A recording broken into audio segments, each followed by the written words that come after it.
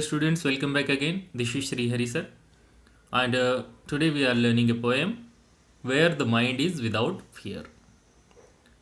This poem is written by Rabindranath Tagore. Rabindranath Tagore is the most respected and most famous personality not only in India but all over the world.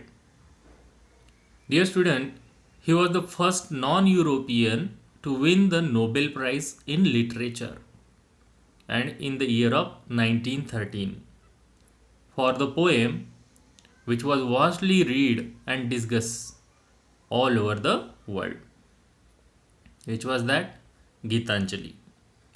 Dear student, this Gitanjali poem was written in Bengali, but later he translated this poem in English by himself.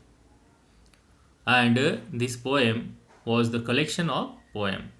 And for this writing of his poem, he got the Nobel Prize of the world respected prize. So, dear student, this is the proudful thing for our country. And one more important thing about Rabindranath Tagore, that he was the one and only person who wrote the national anthem for two different countries. He wrote the national anthem for India and he wrote the national anthem for Bangladesh. Dear student, in this poem, Tagore is imagining that India where there are no restriction on the thinking and people are free from other rule. Dear student, this poem was written in that period when India was under the rule of British government.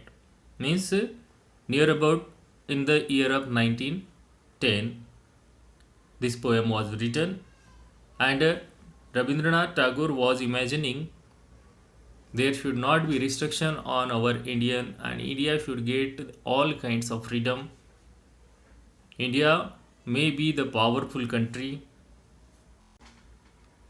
So he expressed his views in this poem. So we will start the poem.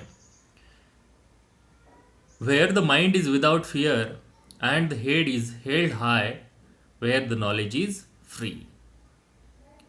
इस कविता में टैगोर उस स्वतंत्र भारत की कल्पना कर रहे हैं जिसमें ज्ञान जो है वो हर एक व्यक्ति के लिए खुला है एंड हर एक व्यक्ति अपना जीवन बिना किसी भय से जी रहा है और अपना जो सर है वो अभिमान से ऊंचा करके जी रहा है. Where the world has not been broken into fragments by narrow domestic walls.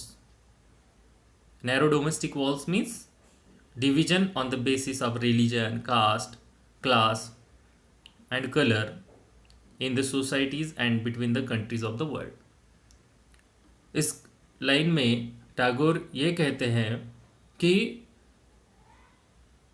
दुनिया में जात पात धर्म रंग इसके आधार पर कभी भी भेदभाव नहीं होना चाहिए और सब ने मिलजुल कर रहना चाहिए.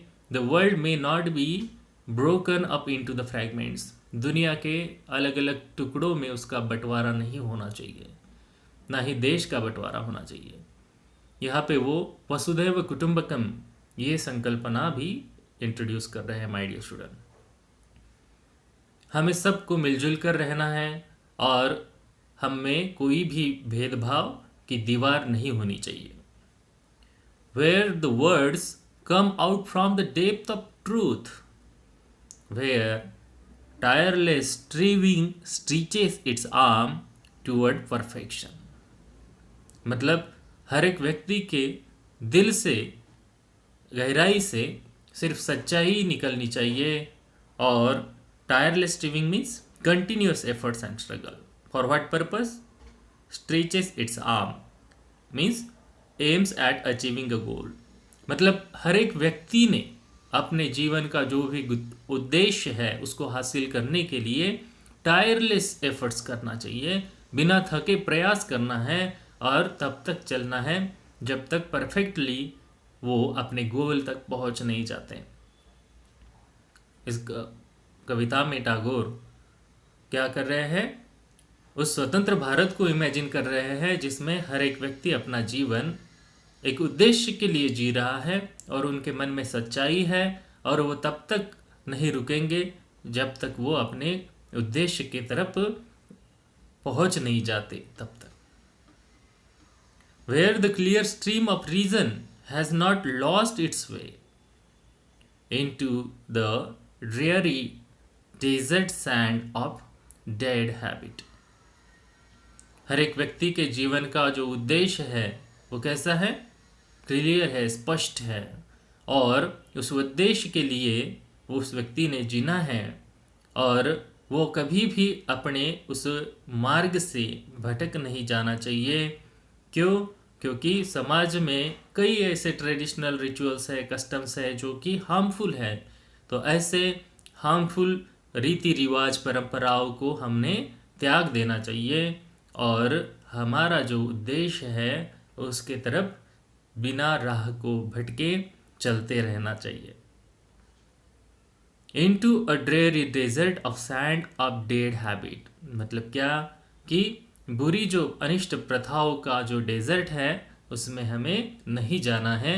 हमें अपने जो उद्देश्य है, जो हमारा क्या है ध्येय है, उसके तरफ बिना राह को भूले और भटके आगे बढ़ना है। आगे की पंक्तियाँ, Where the mind is lead forward by thee into ever widening thought and action। Dear student, यहाँ पे टैगोर जी ये कह रहे हैं कि हर एक व्यक्ति के जो मन में विचार है वो एवर वाइडनिंग मतलब ब्रॉडनिंग होने चाहिए। किसी ने भी ऐसा संकुचित और नैरो माइंडेड नहीं होना है। हर एक व्यक्ति को ब्रॉडली सोचना है, अच्छे विचार रखने हैं और उस विचारधारा के आधार पर अपना जीवन जीना है। मतलब जैसे अपने विचार है वैसे ही अपने कर्म होने चाहिए। अगर हम ऐसे व्यवहार करते हैं तो किसी को भी किसी से क्या हानि नहीं होगी, कोई किसी का नुकसान नहीं करेगा, सब खुशहाली से जी पाएंगे। अब देखते हैं last line of the poem. Into that heaven of freedom my father let my country awake. कि हे परमपिता, ऐसे स्वतंत्र और स्वर्ग सम भारत की क्या होनी चाहिए, मेरे देश में एक सुबह होनी चाहिए। इसका मतलब क्या है कि हेवन ऑफ फ्रीडम मतलब क्या, condition of total freedom of good thoughts, good words, good deeds while respecting those of others. कि हर एक व्यक्ति ने अपने विचार अच्छे रखने हैं, अपने काम अच्छे रखने हैं, है ना, एक दूसरे का सम्मान करना चाहिए।